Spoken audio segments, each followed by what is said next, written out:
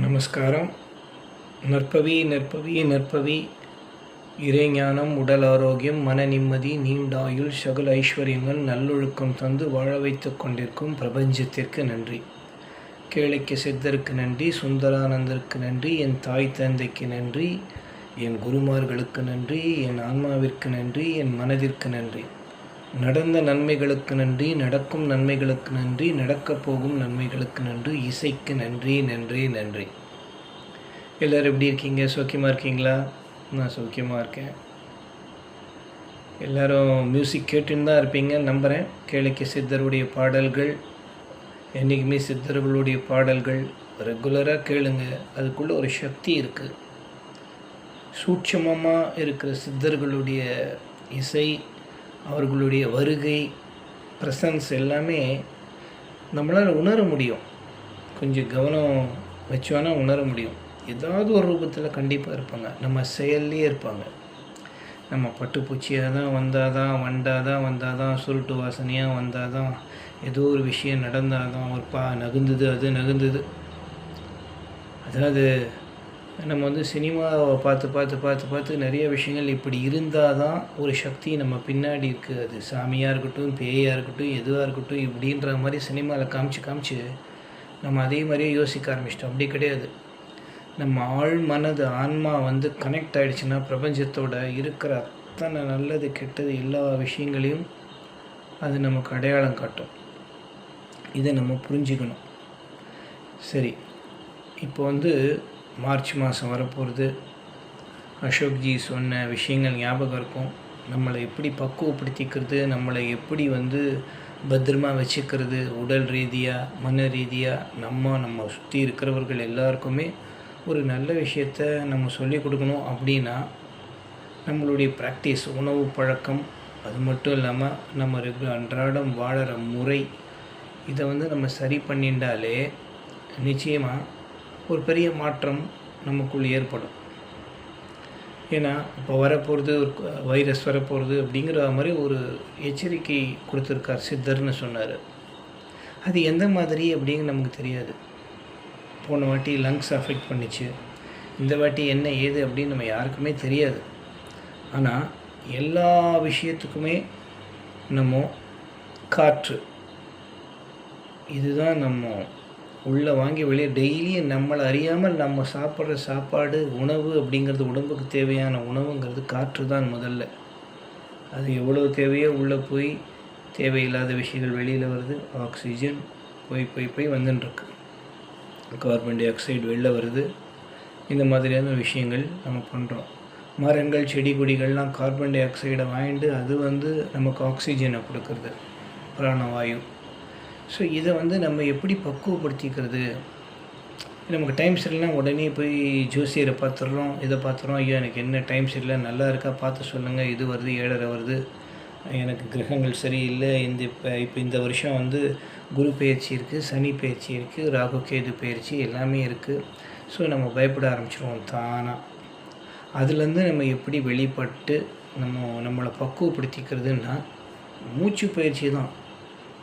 சித்தர்கள் சொல்லி கொடுத்தது அதுதான். ஒரு காப்பு அப்படிங்கிற ஒரு விஷயத்தை அசோக்ஜி நமக்கு சொல்லியிருக்கார். கையில் ஒரு காப்பு இருக்குது, இந்த மாதிரி இது காப்பு, அந்த கயிறு வாங்கி கட்டிக்கோங்க, உங்களுக்கு அந்த எனர்ஜி பலப்படுத்தும். ஏன்னா அந்த மணிக்கட்டுங்கிறது சாதாரண ஒரு விஷயம் கிடையாது. இந்த மணிக்கட்டில் நம்ம ஒரு விஷயம் கட்டிக்கிறோம், கயிறு கட்டுறோம், இந்த பழக்கம்லாம் நமக்கு இருக்குது. அது ரொம்ப பவர்ஃபுல்லான இடம். நம்மளுடைய அடுத்த தலைமுறை வளரக்கூடிய ஒரு சக்தி இந்த இடத்துல, நம்மளை காக்கக்கூடிய சக்தி இந்த இடத்துல, இந்த நாடியில் இருக்குது. நாடிகள் இங்கே தான் பார்ப்பாங்க. அந்த மாதிரி இந்த ஒரு பவர்ஃபுல்லான பிளேஸ், அதை தான் அசோக்ஜி நமக்கு சொல்லி கொடுத்தது. அதை தாராளமாக நீங்கள் வாங்கி தைரியமாக, நம்பிக்கையோடு அதை வாங்கி நீங்கள் எல்லோரும் அணியணும். அதை மட்டும் இல்லாமல் இப்போ நான் சொல்லித்தர இந்த ப்ரீத்திங் ப்ராக்டிஸையும் பண்ணுங்கள். நான் முன்னாடியே உங்களுக்கு சொல்லியிருக்கேன். வலது இடது ஒரே பக்கம் மூச்சு மாறி மாறி வந்துட்டுருக்கோம். சில டைம் 2 பக்கமும் வரும். இந்த மாதிரி ஒரு விஷயங்கள் சொன்னேன். இந்த பிங்கள நாடி, இடநாடி அப்படிங்கிற ஒரு விஷயம். இது எப்படி நம்ம ஒவ்வொருத்தருக்கும் எல்லோரும் ஒரே மாதிரி தான் மூச்சு வாங்குகிறோம், இதை விடும். ஆனால் இது நம்ம எப்படி நம்ம கர்மாவோட கனெக்ட் ஆகுறது. நம்ம கர்மா, இப்போ நம்ம பிறந்த காரணம் என்ன, எது எது நம்ம நல்லது பண்ணி வந்தோம், எது எது கெட்டது பண்ணி வந்தோம், எதை நோக்கி நம்ம போகணும், எதை நோக்கி போயின்னு இருக்கோம், எது நல்லது எது கெட்டது, இது எல்லாத்தையுமே சொல்கிறது தான் நம்மளுடைய ஜாதகம். அந்த ஜாதக கட்டத்தில் நம்ம பார்த்திங்கன்னா 12 ராசிகள் இருக்குது. நமக்கு ஒரு ஒரு கிரகம் ஒரு ஒரு இடத்துல உட்காந்துருக்கும். சில இடம்லாம் காலியாக இருக்கும். எல்லாருக்கும் ஒரே மாதிரி இருக்காது. ஒரு கட்டத்தில் பார்த்திங்கன்னா 3 நாள் உட்காந்துட்டுருக்கோம் ஒன்றா கிரகங்கள். இப்படிங்கும்போது அந்த எனர்ஜி, அந்த டிகிரிஸ் அப்படிங்கிறது முன்னாடியே நான் உங்களுக்கு சொல்லியிருக்கேன். இது எல்லாமே நம்மளுடைய கர்மா, நம்மளுடைய ஆரோக்கியம், நம்மளுடைய வாழ்க்கை முறை எல்லாத்தையுமே அது நமக்கு சொல்லி கொடுத்துட்டுருக்கிறது தான். சரி, இப்போ என்னென்னா மூச்சு பயிற்சி திரும்ப கேட்டுக்கோங்க. அசோக்ஜி சொன்ன அந்த ஒரு விஷயம் வாங்கிக்கோங்க, நம்பிக்கையாக வாங்குங்க. அதே மாதிரி இப்போ நான் மூச்சு பயிற்சிக்கும் நம்மளுடைய ஜாதகத்துக்கும் என்ன ஒரு சம்மந்தம் அப்படிங்கிற ஒரு விஷயத்த சொல்கிறேன். நான் இப்போது எனக்கு வலது பக்கம் மூச்சு வந்துட்டுருக்கு, எனக்கு ரைட் சைடில் மூச்சு வருது. ஸோ பிங்கள நாடி. நான் முன்னாடி உங்களுக்கு சொல்லியிருக்கேன், ஆண்மைத்தன்மை அப்படிங்கிறது வலது பக்கம் மூச்சு வரும்போது, இடது பக்கம் மூச்சு வரும்போது பெண்மைத்தன்மை எல்லாருக்கும் இருக்குது. ஆம்பளைக்கும் இருக்குது, பொம்பளைக்கும் இருக்குது. ஸோ இந்த ஆண்மைத்தன்மை அப்படின்னு வரும்போது என்னென்னா, நம்ம ஒரு செயல்பாடு இறங்கி ஒரு விஷயத்தை பண்ணணும், ஒரு முயற்சி இறங்கணும், ஒன்று ஆரம்பிக்கணும் அப்படிங்கிற ஒரு விஷயங்களை இந்த வலது பக்கம் மூச்சு வரும்போது நம்ம செஞ்சால் கண்டிப்பாக அது சக்ஸஸ் ஆகும். இடது பக்கம் மூச்சு அப்படிங்கும்போது நம்ம ரிலாக்ஸாக இருந்து ஒரு விஷயத்தை எண்ணி என்ன பண்ணலாம் அப்படின்னு ஆராய்ச்சி பண்ணி பொறுமையாக இருக்கிறதுக்கான ஒரு விஷயத்தை நமக்கு சொல்லிக் கொடுக்கும். ஒரு விஷயம் பண்ண போகிறோம், படலாமா அவசரப்படாமல் பண்ணணுமாங்கிறது இது காட்டி கொடுத்துரும். எடுத்து பாருங்கள், ரைட் சைட் ஓகே, தைரியமாக இறங்கலாம். இடது பக்கம் மூச்சு கொஞ்சம் பொறுமையாக இருந்து நம்ம எந்த ஒரு விஷயத்தையும் செய்யலாம் அப்படிங்கிறத நம்ம கற்றுக்கிறதான். நம்ம சுற்று வட்டாரத்தில் நல்ல காற்றோட்டமாக இருக்கிற இடத்துல இருந்து படுங்க, மொட்டை மாடியில் போய் அந்த மாதிரி இருந்து கொஞ்சம் ஃப்ரெஷ் காற்று வாங்குங்க. அந்த மாதிரி சேர்த்து வச்சுக்கோங்க நல்ல நல்ல விஷயங்களை மூச்சு பயிற்சியில். இது எல்லாமே இந்த மாதிரி வைரஸ் பிரச்சனைகள்லாம் வரும்போது அதை நம்மளை நல்லபடியாக காப்பாற்றும். இப்போ என்னென்னா, நம்ம ஜாதக கட்டம் நமக்கு 7 சக்கரங்கள் நான் முன்னாடி உங்களுக்கு சொல்லியிருக்கேன். மூலாதாரா, சுவாதிஷ்டானா, மணிப்பூரகா, அனாஹதா, விஷுத்தி, ஆங்கிய சக்கரா, சஹஸ்ர சக்கரா. சஹஸ்ர சக்கரா விட்டுங்க, அது ரொம்ப மேலே. நமக்கு இந்த 6 சக்கரங்கள் தான் இதில் உண்மையாக 99 வச்சுக்கலாமே. நம்ம மூலாதாரா, சுவாதிஷ்டானா, மணிப்புரகாவை தாண்டினதே இல்லை. மணிப்புரகாவை ரீச் ஆகிறதுக்குள்ளேயே நமக்கு எல்லாம் முடிஞ்சு போய்டுறது. நம்ம அதை தாண்டதே இல்லை. நம்ம எப்போ மணிப்பூரகத்தை தாண்டி அனாஹதா, விஷுத்தி, ஆங்கிய சக்கரெல்லாம் தொடர்றது. சித்தர்கள் அதை பண்ணாங்க, நம்மளாலையும் பண்ண முடியும். ஆனால் நம்ம டென்ஷன், ப்ரெஷர் அது இதில் பயத்திலேயே வாழ்ந்துட்டுருக்கறனால நம்ம இதெல்லாம் பண்ண முடியல. சரி, நம்ம ஜாதகத்தில் இப்போ எந்தெந்த கிரகங்கள் நமக்கு வேலை செய்கிறது அப்படின்னா, நம்ம அந்த தசா வச்சு சொல்லுவோம். இப்போ உனக்கு சந்திர தசை நடக்குது. ஸோ சந்திரனோட கண்ட்ரோலில் நீ ஒரு 10 வருஷம் இருப்ப. 10 வருஷமாக சந்திரனோடவே இருப்போம்னா, இல்லை சந்திரன் ஒரு வருஷ கணக்கு, அதுக்கப்புறம் தசா புத்தின்னு இருக்குது, அது மாதக்கணக்கு, அதுக்கப்புறமா தான் அந்தரம்னு இருக்குது, அது வாரக்கணக்கு, அதுக்கப்புறம் சூட்சமம்னு இருக்குது, அது நாட்கள் கணக்கு, அதுக்கப்புறம் பிராணன்னு இருக்குது, அது நிமிஷம், நம்மளுடைய வினாடிகள், செகண்ட்ஸ் கணக்கு.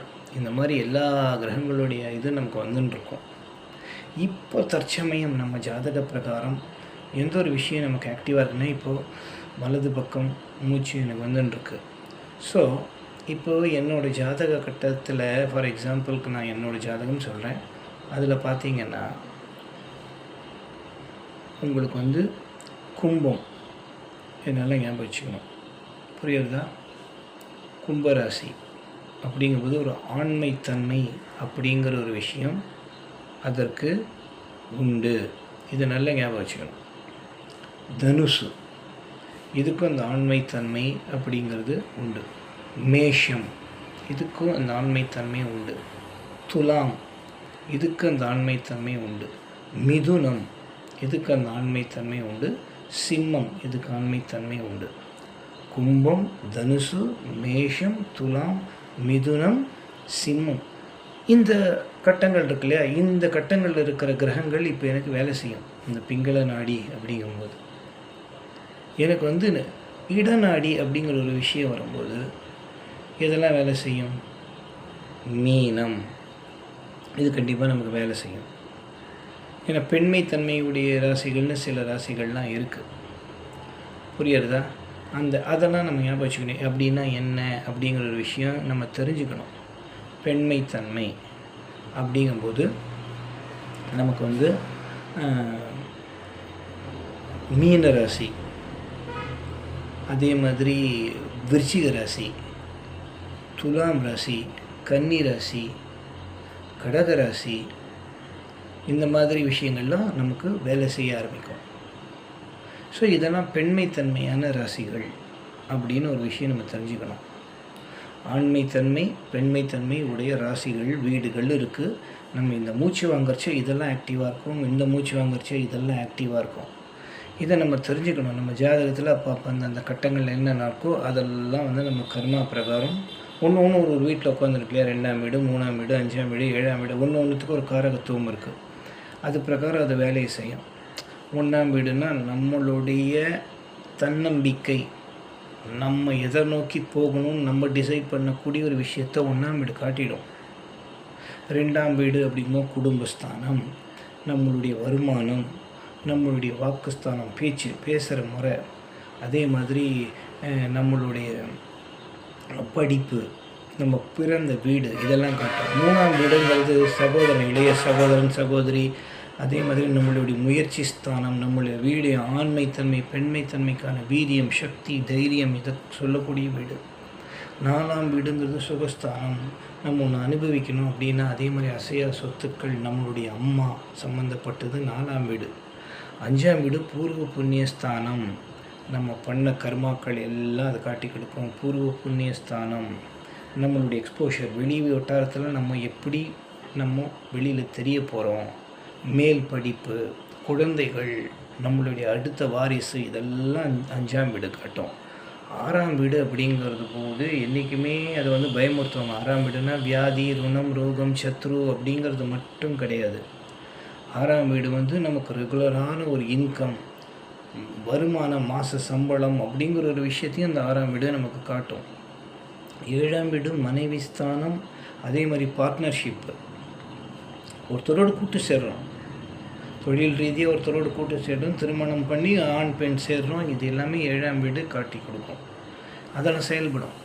8ஆம் வீடுங்கிறது ஆயுள் ஸ்தானம் மட்டும் கிடையாது, திடீர் அதிர்ஷ்டம், வெளிவட்டார தொடர்புகள், நம்ம எப்படி நம்மளை பக்குவப்படுத்திக்கணும் அப்படிங்கிறதுலாம் 8ஆம் வீடு காட்டி கொடுக்கும். மறைவு ஸ்தானம்னு சொல்லுவோம். 3, 6, 8, 12 மறைவு ஸ்தானம்னா ரொம்ப கேர்ஃபுல்லாக வந்து அது என்னன்னு தெரிஞ்சு கண்ணுக்கு முன்னாடி இருக்கிறது ஈஸியாக பார்த்துடலாம். இல்லாத ஒரு விஷயத்தை தான் நம்ம யோசித்து ஓஹோ இந்த இடத்துல இப்படி இருக்கும், கேர்ஃபுல்லாக போகணுங்கிறத நம்ம தெரிஞ்சுக்கக்கூடிய விஷயந்தான் அந்த 3, 6, 8, 12 இந்த மறைவு ஸ்தானம். ஸோ 8ஆம் வீடு இந்த மாதிரி ஒரு விஷயங்களை காட்டும். ஆயுள் ஸ்தானம், திடீர் அதிர்ஷ்டம்லாம்.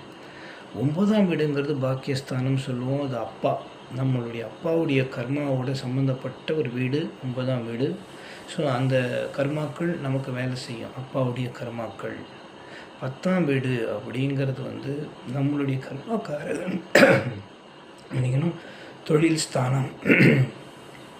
இந்த தொழில் ரீதியான விஷயங்கள், கர்மக்காரகன், நம்மளுடைய முன்னோர்கள், இந்த ஒரு விஷயங்கள்லாம் இந்த 10ஆம் வீடு காட்டும். கர்மக்காரகன் என்ன கர்மா அப்படிங்கிறது வந்து இந்த 10ஆம் வீடு காட்டும். தொழில் ஸ்தானம் என்ன தொழில், பிஸ்னஸ், அது ரிலேட்டடான விஷயங்கள் நம்ம இப்போ டிசைட் பண்ணுறது, ஆக்டிவ் பண்ணுறது எல்லாமே வந்து இந்த மாதிரி விஷயங்கள்லாம் பண்ண முடியும். 11ஆம் வீடு அப்படிங்கிறது லாபஸ்தானம், நம்ம ஒரு நல்ல ஒரு லாபத்தை கொடுக்கக்கூடிய ஒரு விஷயம், அது ரொம்ப முக்கியமான விஷயம். 11ஆம் வீடு, 11ஆம் வீட்டில் போய் எந்த கிரகம் உட்காந்தாலும் அது நல்லது செய்யும்னு சொல்லுவாங்க. அதுவும் சூரியன்லாம் உட்காந்தா இன்னும் பவர்ஃபுல்லாக இருக்குன்னு சொல்லுவாங்க. ஏன்னா லாபத்தை கொடுக்கக்கூடியது, எல்லா விஷயத்துலேயும் லாபம். லாபம்னா வெறும் பணத்தில் மட்டும் கிடையாது, எந்த ஒரு முயற்சியாக இருக்கட்டும், உடல் ரீதியாக நம்ம ஒரு ஹாப்பினஸ், ஒரு மாற்றம், ஒரு டெவலப்மெண்ட், ஒரு வளர்ச்சி, இது எல்லாமே இந்த 11ஆம் வீடு நம்ம காட்டும். 12ஆம் வீடுங்கிறது மறைவு ஸ்தானம். மறைவு ஸ்தானம்னா நம்மளுடைய தாத்தா பாட்டி, வெளி வட்டாரம், வெளிநாட்டு தொடர்புகள், வெளியூர் போகிற தொடர்புகள், அதே மாதிரி தாம்பத்திய ஒரு சீக்ரெட், அதாவது கண்ணுக்கு புலப்படாத ஒரு விஷயம் இருக்கு இல்லையா, தாத்தா பாட்டி நான் பார்த்துக்க மாட்டேன், அவங்களுடைய ஒரு விஷயங்கள், தாத்தா பாட்டி முன்னாடி இருக்கிறவங்க, கொள்ளு தாத்தா கொள்ளு பாட்டி இவங்க, அதே மாதிரி வெளி வட்டாரம், வெளியூர்லேருந்து வர ஒரு விஷயங்கள், வெளிநாட்டில் போய் நம்ம இருக்கிற ஒரு விஷயங்கள், தாம்பத்திய ஒரு பெட்ரூம் அப்படிங்கிறது ஒரு தனிமையான இடம் தானே. இந்த மாதிரி விஷயங்கள். அதே மாதிரி சுப விரயம், அது மாதிரி விரயம்னாலே சுப விரயம்னு இருக்குது, நஷ்டமும் இருக்குது, நல்லதும் இருக்குது. விரயம்னா செலவு. கல்யாணத்துக்கு பண்ணுறது சுப விரயம். அதே போய் நம்ம ஒரு கேம்பிளிங் பண்ணுறோம், தண்ணி அடிக்கிறோம், அது பண்ணுறோம், சூதாட்டத்துக்கு போகிறோம், இதெல்லாம் பணம் வரும்னு தெரிஞ்சு போகிறோம், வந்தால் சந்தோஷம்னு நினைக்கிறோம். ஆனால் அது என்றைக்குமே ரிஸ்க்கு. அது விரயம், அது நஷ்டத்தை ஏற்படுத்தக்கூடிய விரயம். இதெல்லாம் 12ஆம் வீடு காட்டும். ஏன் இந்த ஜாதகத்தை சொல்லனா, இப்போ நம்ம மூச்சுக்கும் அதுக்கும் சம்மந்தம் இருக்குது. இந்தந்த சக்கரங்கள் இருக்குது. இந்த சக்கரங்கள் எல்லாமே 6 சக்கரங்கள் இப்போ நான் சொன்னேன். மூலாதாரம், சுவாதிஷ்டானம், மணிப்பூரகம், அநாகதம், விசுத்தி, ஆன்யா, சகஸ்திராதி, 7வது சக்கரம். இந்த 6 சக்கரங்கள் லெஃப்ட்டு ரைட்டுன்னு பிரிஞ்சிருக்கு. பிங்கள நாடி, இடநாடி 2 பக்கமும் இருக்குது. 12 ராசிகள் இருக்கு இல்லையா, அந்த 6 சக்கரங்களுக்குள்ளே அது அடங்கி இருக்குல்ல. இந்த ஒரு விஷயங்களை நம்ம தெரிஞ்சுக்கணும். ஒரே விஷயம்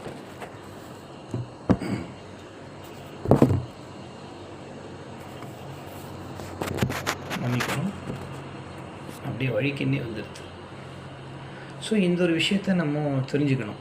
ஸோ இப்போ நான் என்ன சொன்னேன், கும்பம், தனுசு, மேஷம், துலாம், மிதுனம், சிம்மம், நம்ம கட்டங்கள் இதெல்லாம் வலது பக்கம் மூச்சு வரும்போது வேலை செய்யும். மகரம், மீனம், விருச்சிகம், ரிஷபம், கன்னி, கடகம், இந்த கட்டங்களில் இருக்கிறது தான் நமக்கு இடது பக்கம் மூச்சு வரும்போது வேலை செய்யும். பிங்கள நாடி, இடநாடி, இது நம்ம மூச்சு வாங்குறத வச்சு நம்ம ஜாதகத்தில் எந்தெந்த கட்டங்கள் இப்போது நமக்கு ஆக்டிவாக இருக்குது, அது எதோட சம்மந்தப்பட்ட காரகத்துவம், அதை எப்படி நம்ம செயல்படுத்தலாம், எப்படி பொறுமையாக நம்ம திங்க் பண்ணி பண்ணலாம், இது எல்லாமே நம்ம தெரிஞ்சுக்கலாம். ஏன் இதை இப்போ சொல்ல வரேன்னா, இப்போது கிழக்கு சித்தர் மூலமாக அசோக்ஜிக்கு தெரிஞ்ச ஒரு விஷயத்தை அவர் சொல்லும்போது, பாதுகாப்பாக நம்ம இருக்கணும் அப்படின்னா, உடல் ரீதியாக மட்டும் இல்லை, எல்லா விஷயத்துலையும் நம்ம பாதுகாப்பாக இருக்கணும்னா, உடனே நமக்கு நேரம் சரியில்லை அதுலேருந்து நம்ம ஜோசியத்தை போய் பார்க்குறதுக்கு பதிலாக இந்த மூச்சை வச்சுட்டு நமக்கு எது ஆக்டிவாக இருக்குது, எது பொறுமையாக இருக்குது அப்படின்னு, எது பொறுமையாக செய்யணும், எது வேகமாக நம்ம செய்யணுங்கிறத நம்ம தெரிஞ்சு அது பிரகாரம் நடந்துடா ஆட்டோமேட்டிக்காக நம்ம கர்மா பிரகாரம் இருக்கிற நம்ம ஜாதக கட்டங்கள் அது வேலையை செய்யும். பரிகாரங்களால் ஒன்றும் அதை அப்படியே நிறுத்தலாம் முடியவே முடியாது. இப்போ நான் சொல்கிறதும் ஒரு பரிகாரம் தான், அசோக்ஜி சொல்கிறதும் ஒரு பரிகாரம் தான். பாதுகாப்பாக இருங்க, இது இருந்தால் இந்த தாக்கத்திலிருந்து உங்களை நீங்கள் காப்பாற்றிக்க முடியும். அதை நிறுத்த முடியாது, உங்களை நீங்கள் செல்ஃப் கார்ட் பண்ணிக்கணும். சேஃப்டி மெஷர் தான். உங்களை நீங்கள் காப்பாற்றிக்கணுன்னா இந்தந்த விஷயங்களில் நீங்கள் அலர்ட்டாக இருந்தீங்கன்னா பண்ணிக்கலாம். பாதுகாப்பு வளையம் தான் அது, இட்ஸ் பாதுகாப்பு வளையம் அது. அதே மாதிரி இப்போ நான் சொல்கிற பயிற்சியும் நம்ம பயிற்சிங்கிறதுல நமக்கு வர்றது என்னன்னு ஐடென்டிஃபை பண்ண போகிறோம். இடது பக்கம் வருதா, வலது பக்கம் வருதா, இது தெரிஞ்சுட்டாலே வலது பக்கம் வருது, நம்ம ஒரு விஷயத்தை செய்யலாம். இடது பக்கம் வருது, கொஞ்சம் பொறுமையாக யோசிக்கலாம் அப்படிங்கிறது. யோசிக்கிற தன்மை பெண்களுக்கு அதிகமாக உண்டு, பிளானிங். அதனால தான் பெண்மை தன்மைன்னு இடது பக்கத்தை வச்சான். வலது பக்கம் ஆக்டிவாக போய் ஒரு விஷயத்தை செஞ்சு செயல்படுறது ஆண்கள் அப்படிங்கிறனால வலது பக்கத்தை ஆண்கள்னு வச்சான். மூச்சை வச்சு தான் எல்லாமே. ஸோ நம்ம உயிரோடு இருக்கோமா இருக்க போகிறோமாங்கிற பயந்தானே வைரஸ்லாம் வரும்போது பயப்படுறோம். அப்போ என்ன ஒருத்தர் உயிர் போயிடுச்சு இருக்கான்னு எதை முதல்ல மூச்சு வருதான்னு தானே பார்க்குறாங்க. அப்போ எந்த அளவுக்கு அந்த காற்று, சுவாச காற்று, இது தானே நமக்கு உணவு, நம்ம ஆரோக்கியமாக வச்சுக்கிறது. நம்மளுடைய தன்மை, ஆண்மை தன்மை, பெண்மை தன்மை மட்டும் இல்லாமல் நமக்கு தேவையான அனைத்து சக்திகளையும் கொடுத்து நம்மளை நிம்மதியாக சாப்பிட வச்சு தூங்க வச்சு எல்லாமே ரிலாக்ஸாக பண்ணிட்டு முடிச்சப்பா ஃப்ரெஷ்ஷான காற்று. கொஞ்சம் ஃபேன் ஆஃப் பண்ணிட்டோம், மற்றபடியே சம்மரில் உட்காந்து பாருங்கள் எதுலேயுமே கான்சன்ட்ரேஷன் வராது. ஏன்னா நம்மளுடைய எண்ணங்கள் முழுமையாக அந்த காற்றோடவே கலந்துருக்கு. அதான் நான் சொன்னேன், காற்றே கடவுள். உலகம் ஃபுல்லாக எல்லாருக்கும் ஒன்றா இருக்கிறது பொதுவானது காற்று மட்டும்தான்.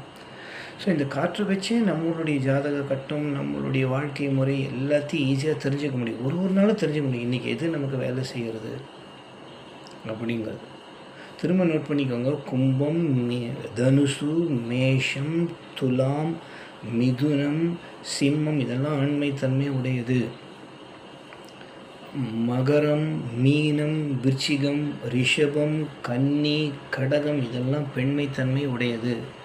இந்த நேரத்தில் நம்ம ரிலாக்ஸாக இருக்கணும், இந்த நேரத்தில் செயல்படணும். நம்ம ஜாதகத்தில் அந்த கட்டங்களில் எது எது எங்கே போய் உட்காந்துருக்கோ அதுக்கேற்ற மாதிரி ஆண்மைத்தன்மை அதிகமாக இருக்கா, பெண்மைத்தன்மை அதிகமாக இருக்கா, இது எல்லாமே நம்ம ஜாதகத்தை பார்த்து தெரிஞ்சுக்கலாம். பொறுமையாக வாழ்க்கையை கொண்டு போகணுமா, இல்லை வாழ்க்கை அவசரமாக ஓடுமா, எப்போவுமே ரெஸ்ட்லெஸ்ஸாக இருப்பானா, இல்லை எப்போவுமே வாழ்க்கையை ரிலாக்ஸாக என்ஜாய் பண்ணியிருப்பானாங்கிறதுலாம் மூச்சை வச்சே நம்மளால் டிசைட் பண்ண முடியும். இது எல்லோரும் ப்ராக்டிஸ் பண்ணுங்கள். அசோக்ஜி சொல்லி கொடுத்து அந்த ஒரு விஷயங்களே அவர் கூடயும் கான்டாக்டில் இருங்க. அவர் சொல்கிற அந்த காப்புக்கள் என்னன்னு தெரிஞ்சு அதையும் வாங்கி பண்ண முயற்சி பண்ணுங்கள். நல்ல ஒரு விஷயந்தான். நான் சொல்கிற அந்த மூச்சு ப்ராக்டிஸையும் ரெகுலராக பண்ணிக்கிட்டே இருங்க. எந்த ஒரு டவுட்டாக இருந்தாலும் என்னை கேளுங்க, கண்டிப்பாக நான் சொல்லித்தரேன். நற்பவி நற்பவி நற்பவி. ஓம் ஸ்ரீ கேளிக்கை சித்தர் நமோ நம. சுந்தரானந்தர் நமோ நம. என் தாய் தந்தைக்கு நன்றி, என் குருமார்களுக்கு நன்றி, என் ஆன்மாவிற்கு நன்றி, என் மனதிற்கு நன்றி, எனக்கு நடந்த நன்மைகளுக்கு நன்றி, நடக்கும் நன்மைகளுக்கு நன்றி, நடக்கப் போகும் நன்மைகளுக்கு நன்றி. இறை ஞானம், உடல் ஆரோக்கியம், மன நிம்மதி, நீண்ட ஆயுள், சகல ஐஸ்வர்யங்கள் தந்து நல்லொழுக்கம் தந்து என்னை வாழ வைத்து கொண்டிருக்கும் பிரபஞ்சத்திற்கு நன்றி நன்றி நன்றி. நற்பவி நற்பவி நற்பவி.